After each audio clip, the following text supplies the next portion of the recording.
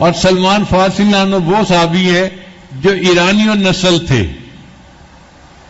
ان کے والد مجوسی تھے. ان کی کہانی بھی سن لیجئے. سلمان فارسی عنہ کی کہانی ان کی اپنے زبانی. وہ کہتے ہیں کہ میں جب تھوڑی عمر میں بڑا ہوا نا، میرا والد امیر آدمی تھا اور آتش پرست تھا. اس نے گھر کے اندر آگ جلائی ہوئی تھی اور اس نے میرے ذمہ ایک کام لگایا تھا کہ تم نے آگ میں لکڑیاں ڈالتے رکھنا ہے، اس کو بجھنے نہیں دینا. 1,000 تک آگ جلتی رہتی تھی، 1,000 سال تک آگ نہیں بجھتی تھی، جلاتے رہتے تھے. وہ کہتے ہیں کہ میرے والد نے مجھے لڑکیوں کی طرح گھر میں بند رکھا ہوا تھا، باہر نکلنے نہیں دیتا تھا کہ کوئی اس کو گمراہ نہ کر دے. اور گھر میں رہتے ہوئے بس ایک ہی کام تھا، لکڑیاں ڈالتے رہو اور آگ جلاتے رہو.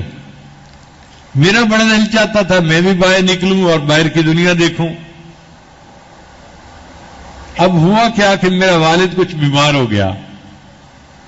والد کی زمینیں تھیں تو ان زمینوں سے اس نے پیسے لینے ہوتے تھے جو وہاں کام کرنے والے لوگ ہوتے ہیں. تو مجبوراً والد نے مجھے بھیجا، بھئی میری طبیعت ٹھیک نہیں ہے، تم جاؤ اور جا کے وہاں سے پیسے لے کے آؤ. اور مجھے نصیحت بھی کی کہ بالکل ناک کی سیٹ جانا اور جا کے پیسے لے کے آنا، ادھر ادھر کسی سے بات نہ کرنا. وہ کہنے لگے میں نکلا اور میں اپنے کام کے لیے جا رہا تھا. راستے میں مجھے ایک عیسائی پادری مل گیا، راہب مل گیا. اس نے مجھے سلام کیا. اس کے سلام کا انداز مجھے اچھا لگا. میں نے اس سے بات کرنی شروع کر دی. اس نے مجھے عیسائیت کے بارے میں بتایا.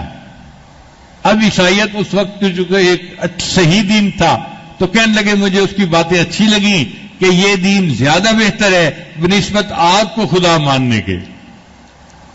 تو اب میں بھی بہانے سے گھر سے نکلتا اور اس راہب سے ملتا اور اس کی باتیں سنتا. راہب نے میری اچھی خاصی ذہن سازی کر دی تھی اور میں آتش پرستی کو چھوڑ کے ذہنی طور پہ عیسائیت کو تسلیم کر چکا تھا. اب ایک دن مجھے ابو نے کہا بیٹا تم جاتے ہو تو بڑی دیر لگا کے آتے ہو، مجھے تم پہ شک پڑنے لگ گیا ہے، اب میں تمہیں باہر نہیں بھیجوں گا. تو میں سمجھ گیا کہ اب یہ چانس بھی ختم ہونے لگا. میں نے راہب کو بتایا. اس نے کہا بات سنو، میں بتاتا ہوں کہ شام میں بڑے بڑے راہب ہیں، میں تمہیں کسی قافلے کے ساتھ ادھر بھیج دیتا ہوں، تم گھر چھوڑ کے چلے جاؤ اگر اپنا دین بچانا ہے، ورنہ باپ تمہیں آتش پرستی سے ہٹنے نہیں دے گا. وہ کہتے ہیں کہ میں فیصلہ کر لیا، مجھے جو مرضی چھوڑنا پڑے، گھر بار چھوڑنا پڑے، ماں باپ چھوڑنے پڑے، میں دین کی خاطر سب کو چھوڑ دوں گا، اللہ کی خاطر سب کو چھوڑ دوں گا. ایک قافلہ جا رہا تھا، مجھے راہب نے ان کے ساتھ تعارف کروا دیا اور اس قافلے نے مجھے شام پہنچا دیا، سیریا پہنچا دیا. وہاں ایک راہب کے پاس میں گیا جو میرا استاد بنا، مگر وہ بوڑھا تھا. چند مہینوں کے بعد یا چند سالوں کے بعد وہ فوت ہونے لگا. جب فوت ہونے لگا تو میں نے رونا شروع کر دیا. میں گھر بار چھوڑ کے اتنا دور آیا تھا علم حاصل کرنے کے لیے، اور استاد جی آپ کی وفات کا وقت قریب ہے، میرا کیا بنے گا؟ اس نے کہا تم فکر نہ کرو، میں تمہیں ایک اور راہب کا نام بتاتا ہوں، میرے بعد اس سے علم حاصل کر لینا. تو میں اس کے پاس چلا گیا. وہ بھی بوڑھا تھا. چند مہینے کے بعد اس کی بھی وفات کا وقت قریب آ گیا. میں پھر رونے لگا کہ بھئی میرا کیا بنے گا، مجھے تو علم نہ ملا. اس نے کہا میں ایک بڑے راہب کا نام بتاتا ہوں. کہنے لگا اس نے بڑے راہب کا نام بتایا. وہ بھی بوڑھا تھا. میں اس کے پاس گیا تو میں نے دیکھا کہ اس نے سونے چاندی کے زیورات اور اینٹوں کو چھپا چھپا کے رکھا ہوا تھا. وہ بھی دنیا دار بندہ تھا، دیندار نہیں تھا. راہب تھا مگر اس کے اندر دنیا کی محبت تھی، اس لیے اس نے مال دولت کو سمیٹ کے رکھا ہوا تھا. تو میں سمجھ گیا کہ میرا مقصد یہاں بھی حل نہیں ہونا. اب اللہ کی شان دیکھیں کہ وہ تیسرا بوڑھا تھا، وہ بھی مرنے کے قریب ہو گیا. کہنے لگے اب تو دل میرا بڑا دکھی، میں بڑا رویا کہ میرا کیا بنے گا. نہ یہاں کے رہے نہ وہاں کے رہے، نہ خدائی ملا نہ وصال صنم. میں گھر بھی چھوڑ کے آ گیا اور مجھے خدا بھی نہ ملا، تو میرا کیا بنے گا. تو اس بوڑھے نے مجھے روتے ہوئے دیکھا، بلا کے پوچھا سلمان کیوں رو رہے ہو؟ میں نے کہا میں تو علم حاصل کرنے آیا تھا اور آپ پھر مرنے کے قریب ہیں، میرا کیا بنے گا؟ اس نے کہا دیکھ میں تیرا مسئلہ ہمیشہ کے لیے حل کر دیتا ہوں، تمہیں اب کسی راہب کے پاس جانے کی ضرورت نہیں، بلکہ ایک بستی ہے جس کا نام یثرب ہوگا، اور جو آخری پیغمبر آئیں گے ان کا نام محمد ہوگا، والد کا نام عبداللہ ہوگا، وہ مکہ میں پیدا ہوں گے، پھر ہجرت کر کے اس یثرب بستی میں آئیں گے، اس کا نام مدینہ پڑ جائے گا، اس بستی میں کھجوریں ہیں اور اس کے چاروں طرف پہاڑ ہیں، وہ اللہ کے سچے نبی ہوں گے۔ اگر تم اس بستی کی طرف چلے جاؤ نا اور وہاں جا کے انتظار کرو اور تمہیں اس نبی علیہ السلام کی زیارت نصیب ہو جائے تو تمہیں ایمان بھی مل جائے گا، اللہ بھی مل جائے گا، تمہیں ہر نعمت مل جائے گی۔ میں بڑا خوش ہو گیا کہ چلو میرا مسئلہ حل ہو جائے گا۔ اس راہب نے مجھے ایک قافلے والوں کے ساتھ کر دیا۔ اب میں لڑکا بچہ سا تھا اور اکیلا تھا۔ قافلے والوں کی نیت خراب ہو گئی اور انہوں نے مجھے اپنا غلام کہنا شروع کر دیا، حالانکہ میں غلام تو نہیں تھا مگر میں بچہ تھا، مجبور تھا۔ انہوں نے کہا جی یہ ہمارا غلام ہے، اور انہوں نے جا کے ہمیں آگے بیچ دیا۔ اب جس نے خریدا اس نے تو پیسے دے کے خریدا تھا، اس نے مار پیٹ کی، میرا یہ کام کرو، میرا وہ کام کرو، میں نے پیسے دے کے خریدا ہے، تم میرے غلام ہو۔ کہنے لگے میرے پاس اور کوئی ٹھکانہ نہیں تھا، میں اس کو غلام بن کے زندگی گزارنے لگ گیا۔ اس سے مجھے ایک یہودی نے خرید لیا جس کا کہ کھجوروں کا باغ تھا۔ اب میں کھجوروں کے باغ میں کام بھی کرتا تھا اور انتظار بھی کرتا تھا کب وقت آئے گا کہ وہ آخری پیغمبر اسلام آئیں گے۔ کہنے لگا ایک دن اس یہودی مالک کا دوست آیا اور اس کے ساتھ باتیں کر رہا تھا۔ اس نے کہا جاء الرسول، کہتے یہ لفظ میں نے سنا تو میں نے تو کھجور کے اوپر سے وہیں سے چھلانگ ہی لگا دی نیچے، اور میں بھاگا ہوا آیا اور میں نے آ کے اپنے مالک سے پوچھا کہ رسول سے کیا مراد ہے، کون آئے ہیں؟ اس نے ایک تھپڑ لگایا، اس نے کہا جا تو کھجوریں جو ہے نا وہ جا کے توڑ، تیرا کیا کام اس بات سے؟ کہنے لگا میں نے تھپڑ بھی کھایا اور آ کے پھر کام بھی کرنے لگ گیا، میں صبح سے لے کے شام تک کام کرتا تھا۔ اس نے کہا جو کام کا وقت ہے اس میں تم کوئی بات اور نہیں کر سکتے، کام کرو میرا، تم میرے غلام ہو۔ کہنے لگا جب چھٹی ہوئی اب میرے دل مچلنے لگا وہ کون رسول ہیں اور ان سے میری ملاقات کیسے ہو سکتی ہے۔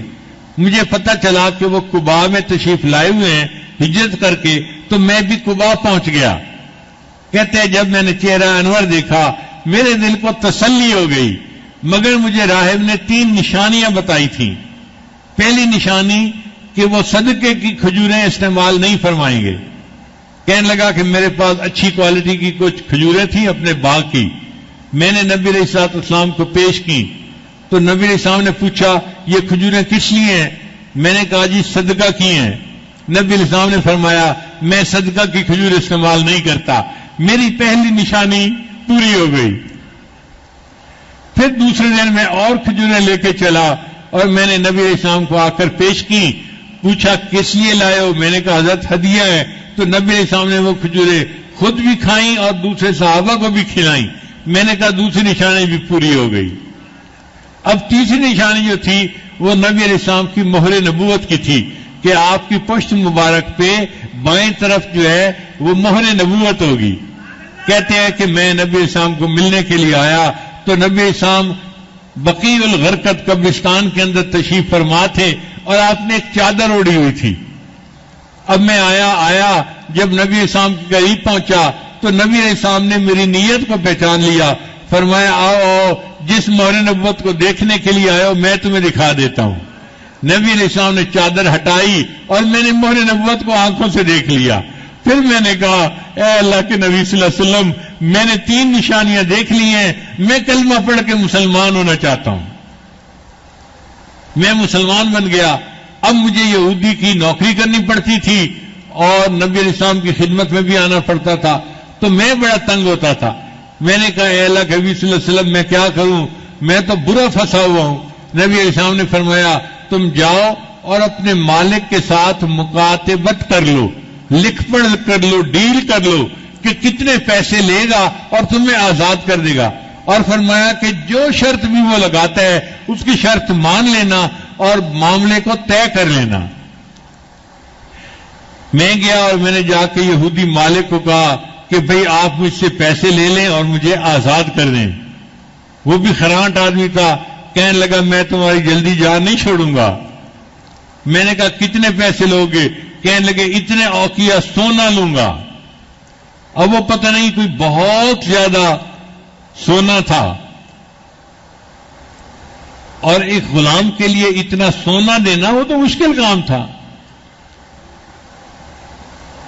کہنے لگا اور اس کے علاوہ ایک اور شرط بھی ہے، اور وہ یہ کہ تم کھجوروں کا ایک باغ لگاؤ اور اس میں 300 درخت ہوں، جب وہ درخت پھل لینے لگ جائیں گے تب میں تمہیں آزاد کروں گا۔